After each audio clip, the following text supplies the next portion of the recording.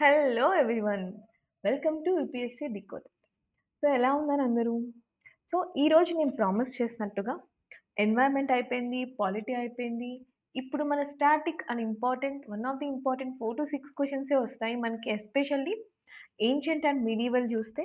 So, ఇంత తక్కువ questions వచ్చినప్పటికి మనకి కాంపిటీటివ్ ఎగ్జామ్‌లో ప్రతి మార్క్ ఇంపార్టెంట్ కాబట్టి సో, ఈరోజు మనం ఏన్షియంట్ మిడీవల్ హిస్టరీలో ఎలా రివిజన్ చేసుకోవాలి, రోజులాగే ఒక revisions chart and important topics గురించి డిస్కస్ చేయబోతున్నాం in 25 minutes. Okay. So, let's begin with.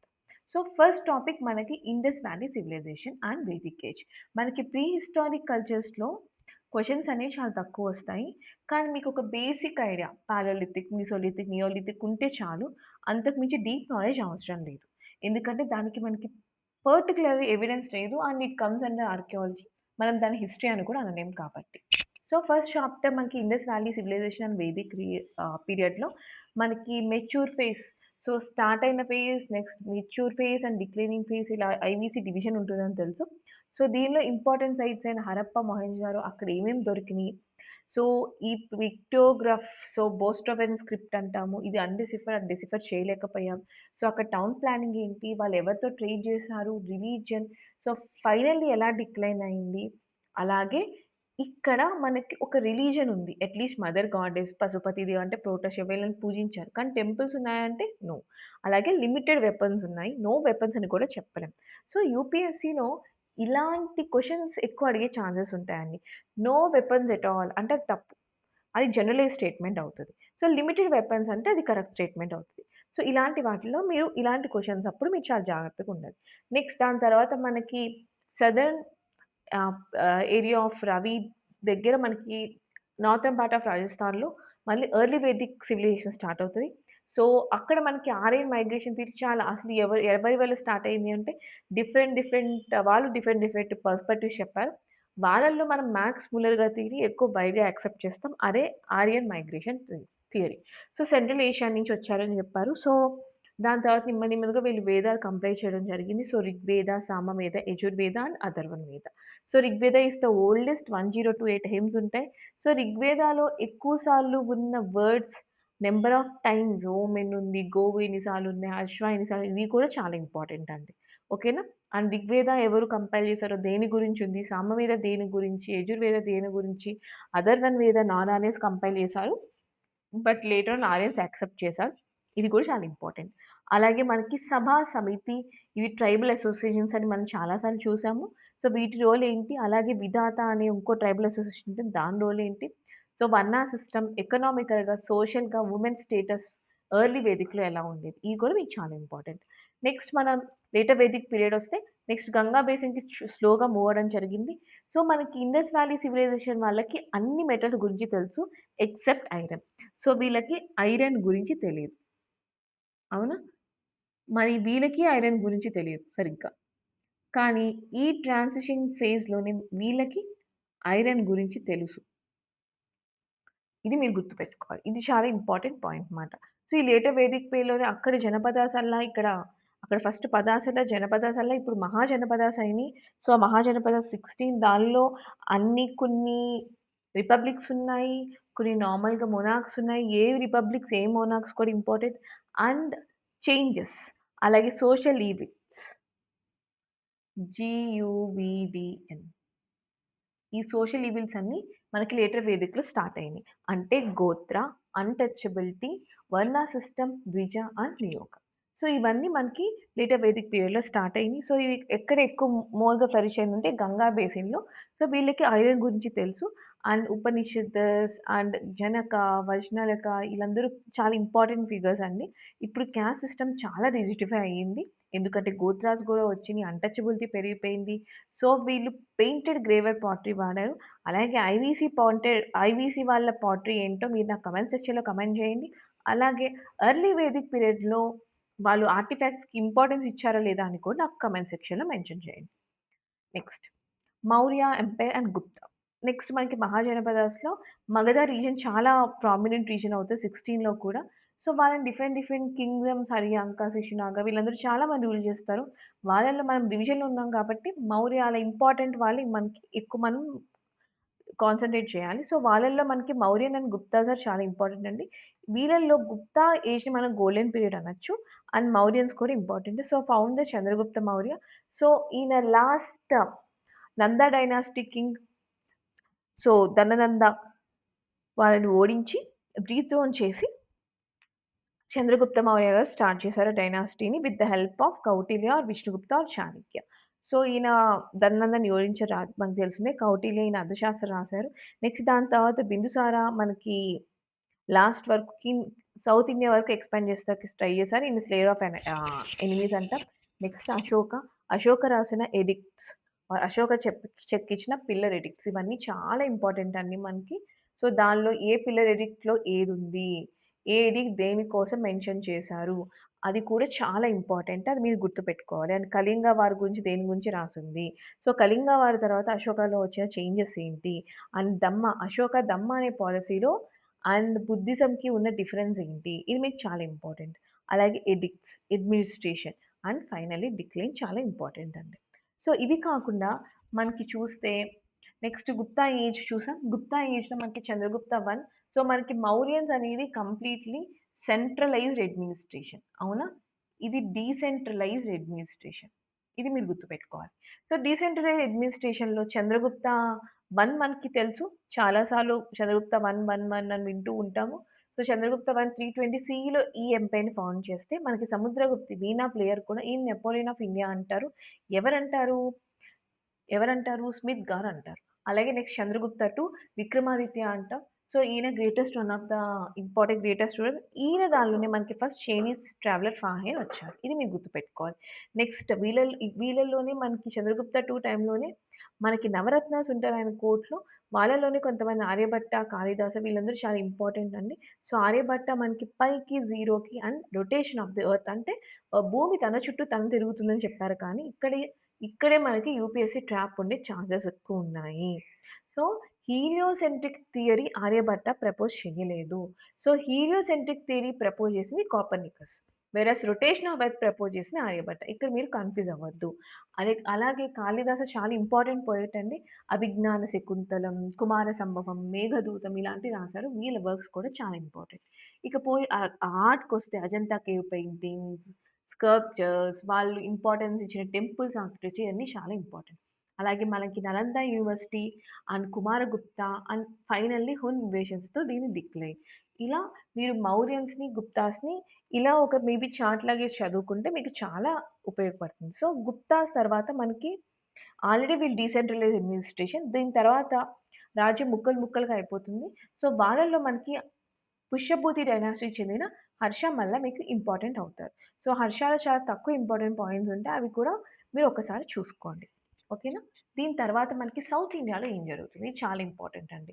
South ఇండియాలో మనకి సంగం లిటరేచర్ 300 ఎస్పెషల్లీ సంగం లిటరేచర్‌కొస్తే 300 బీసీ టు 300 ఏడీ వరకు మనకి సంగం లిటరేచర్ అని చెప్తాం దీన్ని. అవునా? దీనికి ముందు దీనికి ప్యారలెల్‌గా మనకి మీకు మేజర్ సౌత్ ఇండియన్ కింగ్డమ్స్ మీకు శాతవాహనాస్ కావచ్చు, పల్లవాస్ కావచ్చు, చాళుక్యాస్ కావచ్చు, రాష్ట్రకూటాస్ కావచ్చు, చోళాస్, పాండ్యాస్, చేరాస్. ఓకేనా? వీళ్ళందరూ Sangam literature. And finally Vijayanagara. మనకి విజయనగర ఎప్పుడో మనకి మిడివల్ ఇండియా మనం ఇప్పుడు మొత్తం important topics in both ancient and మిడివల్‌లో చూస్తున్నాం కాబట్టి ఇక్కడ మీకు విజయనగర కూడా మీకు కనిపించారు. అదర్‌వైజ్ ఏన్షియంట్ అయితే మీకు సంగం లిటరేచర్‌తో ఆపేయొచ్చండి. ఓకేనా?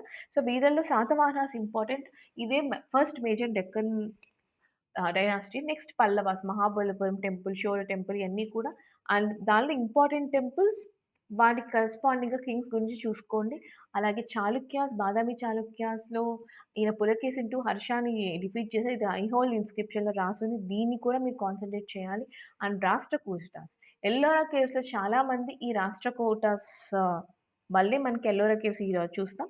దాని తర్వాత మనకి ఎలా అయితే మనకి సౌత్ ఇండియాలో పాండ్యాస్, చేరాస్, చోళాస్ మధ్య ట్రైపార్టీ స్ట్రగుల్ అయిందో, అలాగే పాలాస్, గుర్జర ప్రతిహారాస్ ఇంకా రాష్ట్రకూటాస్ మధ్య నార్త్ ఇండియాలో కూడా ట్రైపార్టీ స్ట్రగుల్ అవుతుంది. కానీ Rashtrakutas finally most of the రీజన్‌లో విక్టోరియస్‌గా నిలుస్తారు. దీనివల్ల మీకు అది ఇంపార్టెంట్.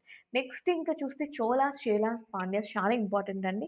వీళ్ళల్లో కూడా మోడర్న్ చోళాస్ చాలా ఇంపార్టెంట్. అంటే సంగం లిటరేచర్ అనేది మోస్ట్‌లీ మనకి ఏన్షియంట్ ఇండియాలో పాండ్యాస్ గురించే పాండ్యాసే ఎక్కువ సంగం లిటరేచర్‌లో ఇంపార్టెంట్ రోల్ ప్లే చేస్తారు ఏన్షియంట్ ఇండియాలో. అండ్ సంగం లిటరేచర్‌లో 3 సంగం అంటే ఏంటంటే ఒక అసెంబ్లీ. సో, 3 అసెంబ్లీస్ జరుగుతాయి 3 ప్లేసెస్‌లో. సో, ఆ 3 ప్లేసెస్ ఎక్కడెక్కడ జరిగినియి, వాటికి ఎవరెవరు వచ్చారు, అండ్ ఏమేం బుక్స్ రాసారు. ఎగ్జాంపుల్ 'తిరువళ్లుర్ తిరుక్కురల్' ఇవన్నీ చాలా ఇంపార్టెంట్. సో, ఇలాంటివి మీరు గుర్తుపెట్టుకోవాలి. నెక్స్ట్ ఇప్పుడు మనం చూసేవాళ్ళు మోడర్న్ చోళాస్ అండి. సో, వీళ్ళల్లో ఎప్పుడు కూడా చోళాస్ అంటే మనకి లోకల్ సెల్ఫ్ గవర్నెన్స్, అడ్మినిస్ట్రేషన్ ఇవన్నీ గుర్తు రావాలి. అలాగే గుప్తాస్ అంటే డొనేషన్స్, కాయిన్స్ అయన్నీ గుర్తు రావాలన్నమాట. సో, వీళ్ళ గురించి కొంచెం వాళ్ళ క్యాపిటల్ సిటీస్ ఏంటి? వాళ్ళు ఏం ట్రేడ్ చేశారు? అది కొంచెం చూసుకోండి. దాని తర్వాత ఇంకా సదరన్ డైనాస్టీకొస్తే దీని అందరి తర్వాత విజయనగర చాలా ఇంపార్టెంట్ అండి. 336లో హరిహరరాయ, బుక్కరాయ ఫౌండ్ చేసిన ఈ విజయనగర గురించి మీకొచ్చే క్వెషన్స్ చాలా ఎక్కువుండొచ్చు. అందుకని ఇక్కడ కాన్సంట్రేట్ చేయండి. సో, కాకతీయాస్ ఇయన్నీ వీళ్ళకి ముందే ఇంపార్టెంట్ అయినా, కాకతీయ రోల్ తెలంగాణ ఆ రీజన్స్ వరకే ఎక్కువుందనమాట. ఎక్కువ వీళ్ళ ప్రామినెన్స్ అనేది ఇండియా వైస్ లేదు. బట్ యూపీఎస్‌సీస్ ఇండియన్ ఎగ్జామ్ కాబట్టి ఎక్కువ అక్కడ రోల్ ఉండకపోవచ్చు. సో, మీరు కొంచెం దాన్ని పక్కన పెట్టి విజయనగర్స్ మాత్రం చాలా ఇంపార్టెంట్ ఇవ్వండి. సో, సాల్వ, సంగమ, తులువ, అరవీడు ఈ అన్ని డైనాసిటీస్ కూడా కొంచెం ఇంపార్టెంట్. ఎందుకంటే వీళ్ళ వల్లే లేటర్ ఆన్ బ్రిటిషర్స్ చెన్నైలో ఆర్కోటిజన్‌లో వాళ్ళ రోల్ అనేది ఎక్కువ పెరుగుతుంది. వీళ్ళిచ్చిన చంద్రగిరి రాజుమ ఇచ్చిన సో కాల్డ్ ఏమంటారు చనువు వల్ల అనుకోవచ్చు, లేకపోతే వదిలేయడం వల్ల అనుకోవచ్చు. తామెర్ల బ్రదర్స్ ఇదంతా స్టోరీ మీకు తెలిసుంటుంది. నెక్స్ట్ ఇవి అన్నిట్లో కంటే బుద్ధిజం, జైనిజం చాలా ఇంపార్టెంట్ అండి. ఎవ్రీ ఇయర్ మనం ఇక్కడి నుంచి ఒక క్వెషన్ ఎక్స్‌పెక్ట్ చేయొచ్చు. సో, బుద్ధిజం ఫౌండర్ ఎవరు? ఈయన ఎక్కడ పుట్టారు? ఎక్కడ చనిపోయారు? సో, మేజర్ పార్ట్ ఏంటి? అండ్ బుద్ధిజం ఏం చెప్తుంది? సఫర్ అవ్వద్దు అని చెప్తది ఇది. అండ్ నోబుల్ ట్రూత్స్ ఏంటి? 8 ఫోల్డ్ పాత్ ఏంటి? 3 జర్ల్స్ ఆఫ్ బుద్ధిజం ఏంటి? అలాగే 4 బుద్ధిస్ట్ కౌన్సిల్స్ ఎక్కడ జరిగినియి? వాటి ప్లేసెస్ ఎవరెవరు వచ్చారు? And Hinayana, Mahayana core principles ఏంటి? ఎక్కడ స్ప్లిట్ జరిగినియి? సో, తేరావాద, వజ్రయాన, హీనయాన, మహాయాన ఈ బుద్ధిజం మనం ఇప్పుడు ప్రెజెంట్ కంటెక్స్ట్‌లో ఎక్కడ చూడొచ్చు.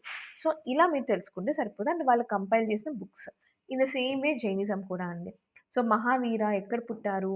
ఎక్కడ చనిపోయారు? ఎక్కడ ఫస్ట్ శర్మ ఇచ్చారు? ఈయన ఎన్నో తీర్థంకర. సో, జైనిజంలో ప్రకారం ఎన్ని ఓస్ ఉంటాయి? సో, దిగంబర, శ్వేతంబర సెక్స్ డివిజన్ ఏంటి? ఇన్ కేస్ జైనిజం అసెంబ్లీ జరుగుంటే ఎక్కడ జరిగినియి? అండ్ సల్లేఖన ఇది చాలా ఇంపార్టెంట్ అండి.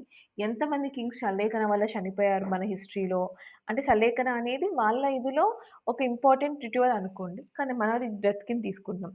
సో, గుజరాత్ రాజస్థాన్‌కి ఎలా స్ప్రెడ్ అయింది? కర్ణాటకలో శ్రావణ బెళగొళలో ఎవరి స్టాట్యూ ఉంది? అక్కడ దిగంబరాలా? శ్వేతంబరాసా? సో, ఇలాంటివన్నీ అండ్ వీళ్ళు కంపైల్ చేసిన బుక్స్ ఏంటి? వీళ్ళలో ఇంపార్టెంట్ పర్సన్స్ ఎవరు? ఇలాంటివన్నీ మీకు చాలా ఇంపార్టెంట్ అండి. సో, బుద్ధిజం, జైనిజంకి చాలా ఎక్కువ ఇంపార్టెన్స్ ఇవ్వాలి మీరు. ఓకేనా? నెక్స్ట్ ఎందుకంటే ఈ బుద్ధిజం, జైనిజం ఈ నాన్ వయలెన్స్ ప్రిన్సిపల్సే లేటర్ ఆన్ గాంధీ గారు కూడా ఫాలో అయ్యారు. అందుకని మీకు చాలా important. So, next medieval period మనకి అరబ్ ఇన్వేషన్‌తో స్టార్ట్ అవుతది. కానీ అరబ్ ఇన్వేషన్స్ తర్వాత నెమ్మదిగా అది ఢిల్లీ సల్తనేట్ ఒక ఎస్టాబ్లిష్‌మెంట్‌కి దారి తీస్తది. So, SKTSL is the mnemonic. ఈ ఐదుగురిని గుర్తుపెట్టుకుంటాకి. వీళ్ళల్లో మనకి slave dynasty, Khilji dynasty, Tughlaq dynasty and Sayyid and Lodi dynasty చాలా ఇంపార్టెంట్ అండి. సో, మనకి కుతుబుద్దీన్ ఐబక్ స్లేవ్ డైనాసిటీ దగ్గర నుంచి మనకి లోడీ డైనాసిటీలో ఇబ్రహీం లోడీ వారు ఫైనల్లీ బాబర్ చేతిలో ఓడిపోయిన దగ్గర వరకు మనకి చాలా ఇంపార్టెంట్ అండి. ఓకేనా? సో, మీరు ప్రతి డైనాసిటీలో ఇక్కడ నేను చాలా క్లియర్‌గా ఇచ్చాను. ఈ పాలిసీస్ వాళ్ళు ఏమేమి చూసారు. ఎగ్జాంపుల్ మీకు రజియా సుల్తాన్ ఉందంటే ఆమె ఎవరి కూతురు. So, first female ruler of Delhi అని కూడా ఆమెను చెప్పొచ్చు. నెక్స్ట్ ఖిల్జీ డైనాసిటీ అల్లావుద్దీన్ ఖిల్జీ యొక్క మార్కెట్ రిఫార్మ్స్. నెక్స్ట్ అలాగే తుగ్లక్ డైనాసిటీలో మహమ్మద్ బిన్ తుగ్లక్ యొక్క ఇది. అండ్ వీళ్ళు ఏవైనా ట్రావెలర్స్ వచ్చారా లైక్ ఇబన్ బటూటా ట్రావెలర్ వచ్చారు తుగ్లక్ డైనాసిటీ పీరియడ్‌లో. ఇలాంటివన్నీ మీరు కాన్సంట్రేట్ చేయాలి అండి. అండ్ ఈయన ఖిల్జీ డైనాసిటీలో సిరియా అనే ఫోర్ట్‌ని కూడా బిల్డ్ చేశారు. Built new capital actually. And separate markets start అయినాయి ఖిల్జీ టైమ్స్‌లో గ్రెయిన్, క్లాత్, క్యాటిల్, స్లేవ్స్‌కి. ఇలాంటి వాటి మీద మీరు ఇంపార్టెన్స్ ఇవ్వాలి. ఇలాంటి వాటిని మీరు ప్రాపర్‌గా గుర్తుపెట్టుకోవాలి. సో, వీళ్ళల్లో మనకి స్లేవ్ డైనాసిటీలో మనకి slave, Khilji, Tughlaq and Sayyid and లోడీలో సయ్యద్ కొంచెం ప్రామినెన్స్ తక్కువండి. లోడీ ఎందుకంటే ఫైనల్ డైనాసిటీ కాబట్టి ఇంపార్టెంట్. ఫైనల్లీ బ్యాటిల్ ఆఫ్ పానిపట్‌లో మన బాబర్ గారు ఇబ్రహీం లోడీని ఓడిస్తారు. సో, అప్పటినుంచి మన ఇండియాలో ఆయనే పవర్‌లోకొస్తారు. ఇది అయిపోయిన తర్వాత నెమ్మదిగా మొఘల్ రూలర్‌కి ఎంటర్ అయిపోయాం మన మీడియవల్ పీరియడ్‌లో. ఇక్కడ ఈ 6 మొఘల్ రూలర్స్ ఇంపార్టెంట్ అండి. సో, బాబర్ ఎలా మొఘల్ ఎంపైర్‌ని స్టార్ట్ చేశారు? ఎలా బాబర్‌నామా ఆయన ఓన్ ఆటోబయోగ్రఫీ అని రాసారు? అండ్ ఎలా చందేరి బ్యాటిస్‌లో, కన్వా బ్యాటిస్‌లో నెగ్గారు, ఓడారు. సో, రాజ్‌పూత్స్‌ని ఎలా కాన్కర్ చేశారు. ఇది కాకుండా ఫైనల్లీ హుమాయూన్ గారు, షేర్‌షా సూరి గారు, సూర్ ఎంపైర్ చేతిలో ఎలా ఓడిపోయారు, పర్షాకి ఎలా ఎళ్ళిపోయారు, అలాగే మళ్ళా అగైన్ అక్బర్ ఎలా ఈ థ్రోన్ తీసుకుంటారు. షేర్‌షా అగైన్ మీకు షేర్‌షా సూరి చాలా ఇంపార్టెంట్ అండి. ఈయన తీసుకొచ్చిన కొన్ని రిఫార్మ్స్ కూడా చాలా ఇంపార్టెంట్. అవి గ్రాండ్ ట్రంక్ రోడ్ కానివ్వండి, మనకి ప్రాపర్ మెసేజింగ్ సిస్టమ్ కావండి, అక్బర్ ఎలా ఫాలో అయ్యారో అది. అండ్ నెక్స్ట్ అక్బర్ గురించొస్తే దిల్లీ నాయక్ గురించి, జిజియా ట్యాక్స్ ఎలా అబాలిష్ చేశాడు. మన్సబదారీ సిస్టమ్ చాలా ఇంపార్టెంట్ అండి. అండ్ నవరత్నాస్ ఎవరు? ఫతేపూరి సిక్రీ న్యూ క్యాపిటల్ ఎలా అయింది? అలాగే నెక్స్ట్ జహాంగీర్ ఈయన్నే కాన్కరర్ ఆఫ్ ది వరల్డ్ అంటాము. So, Nur Jahan, next Thomas Roe ఏం చెప్పారు? బ్రిటిష్ ఎంబసీ ఫస్ట్ ఈయనే వచ్చారు జహాంగీర్ టైమ్‌లో. అండ్ పెయింటింగ్స్‌కి చాలా ఫేమస్. అండ్ వీళ్ళలో అస్సలు చదువుకోనిది ఎవరో తెలుసా? Illiterate. Illiterate king in all these 6 Mughal empires. So, మీకు తెలిస్తే కామెంట్ సెక్షన్‌లో కామెంట్ చేయండి. నెక్స్ట్ జహంగీర్, ఆ తర్వాత షాజహాన్. సో, షాజహాన్ తాజ్‌మహల్ ఎలా కట్టించారు? ఎవరి పేరు మీద కట్టించారు? Red fort and peacock throne next ఎవరు తీసుకెళ్లారు? సో, వార్ ఆఫ్ సక్సెషన్ ఎలా జరిగింది? ఔరంగజేబ్ ఎలా దీన్ని లైక్ ఇంప్రిజన్ చేశారు? Next Aurangzeb one of the last ఆహ్, గ్రేట్ మొఘల్స్ అని చెప్పొచ్చు. ఈయన మళ్ళా జిజియాని రీఇంపోజ్ చేశారు. నెక్స్ట్ ఆలంగీర్ అంటాం సీజర్ ఆఫ్ యూనివర్స్ అని. సో, ఈయనకి పేరు ఎట్లొచ్చింది? అలాగే లాస్ట్‌లో డిక్లైన్ ఎలా అయింది? ఎవరి వల్ల? సో, ఇదంతా కూడా మిడివల్‌లో చాలా ఇంపార్టెంట్. సో, దీని తర్వాత చూస్తే ఇప్పుడు ఇప్పుడు మీకు మరాఠాస్ కూడా చాలా ఇంపార్టెంట్ అండి. ఎందుకు మరాఠాస్ ఇంపార్టెంట్ అంటే, మనకి రీసెంట్‌గా మూవీ వచ్చింది మనకి. మరాఠాస్ మీద, సంభాజీ మీద. అందుకని కొంచెం మరాఠాస్‌ని కూడా మీరు ప్రామినెంట్‌గా చూసుకుంటానికి ట్రై చేయండి. శివాజీ, ఆయన కోటలు, సంభాజీ గురించి అవన్నీ. ఓకేనా? సో, ఇది మీరు కనుక చేస్తే దట్స్ ఇట్ అండి. ఇంతకంటే ఎక్కువ క్వెషన్స్ అండ్ ఎక్స్‌పెక్ట్ చేయను. కొంచెం ఏవైనా బుక్స్, ఆథర్స్ అండ్ మీకు మిడివల్ ఇండియాలో కూడా మళ్ళీ మనకి రామాంజ, భక్తి మూమెంట్ ఉంటుంది. ఇది కూడా ఒక్కసారి భక్తి మూమెంట్ కూడా ఒక్కసారి చూసుకోండి. ఓకేనా? సో, భక్తి మూమెంట్. ఇది కూడా ఒకసారి మీరు కాన్సంట్రేట్ చూసుకోండి. రామానుజాచార్య, శంకరాచార్య ఇది. అంతే అండి. సో, దీంతో మీకు ancient and medieval revision completely పూర్తయిపోతుంది. So, this is the rapid revision check list. వీలైతే స్క్రీన్‌షాట్ తీసుకోండి. లేకపోతే ప్రింటౌట్ తీసుకోండి. ప్రింటౌట్ తీసుకొని ఒకసారి మీరు అన్నీ రాసుకున్నారో లేదో, అన్నీ చదువుకున్నారు, రివిజన్ చేసుకున్నారు. జస్ట్ ఒక చెక్ చేసుకోండి. That's it. దీంతో మీ rapid revision of ancient and medieval complete అయిపోతుంది. సో, దట్స్ ఇట్ అండి. ఈ 25 minutes ancient and medieval history సింపుల్‌గా మీకు ఒక్క షాట్‌లో అయిపోయింది. ఏం రివిజన్ చేసుకోవాలో, ఎలా రివిజన్ చేసుకోవాలో, ఎలా చదువుకోవాలో చెప్పాను. So, always revise smart and score high. Next వీడియోలో మోడర్న్ హిస్టరీతో అది ఎలా రివిజన్ చేసుకోవాలో ఆ వీడియోతో మీ ముందుంటాను. ఎందుకంటే కంపారిటివ్‌లీ హిస్టరీ అన్నిట్లో మోడర్న్ హిస్టరీ మనకి ఇంపార్టెంట్. సో, మీకు గనక నా కంటెంట్ నచ్చితే please like, share, comment and subscribe my YouTube channel UPSC decoded. ఈ పీపీటీ కోసం మీరు నా టెలిగ్రామ్ ఛానల్ యూపీఎస్సీ డీకోడెడ్‌లో జాయిన్ అవ్వండి. డిస్క్రిప్షన్‌లో మీకు లింక్ ఇచ్చుంటా. Thank you so much. Have a nice day. By by.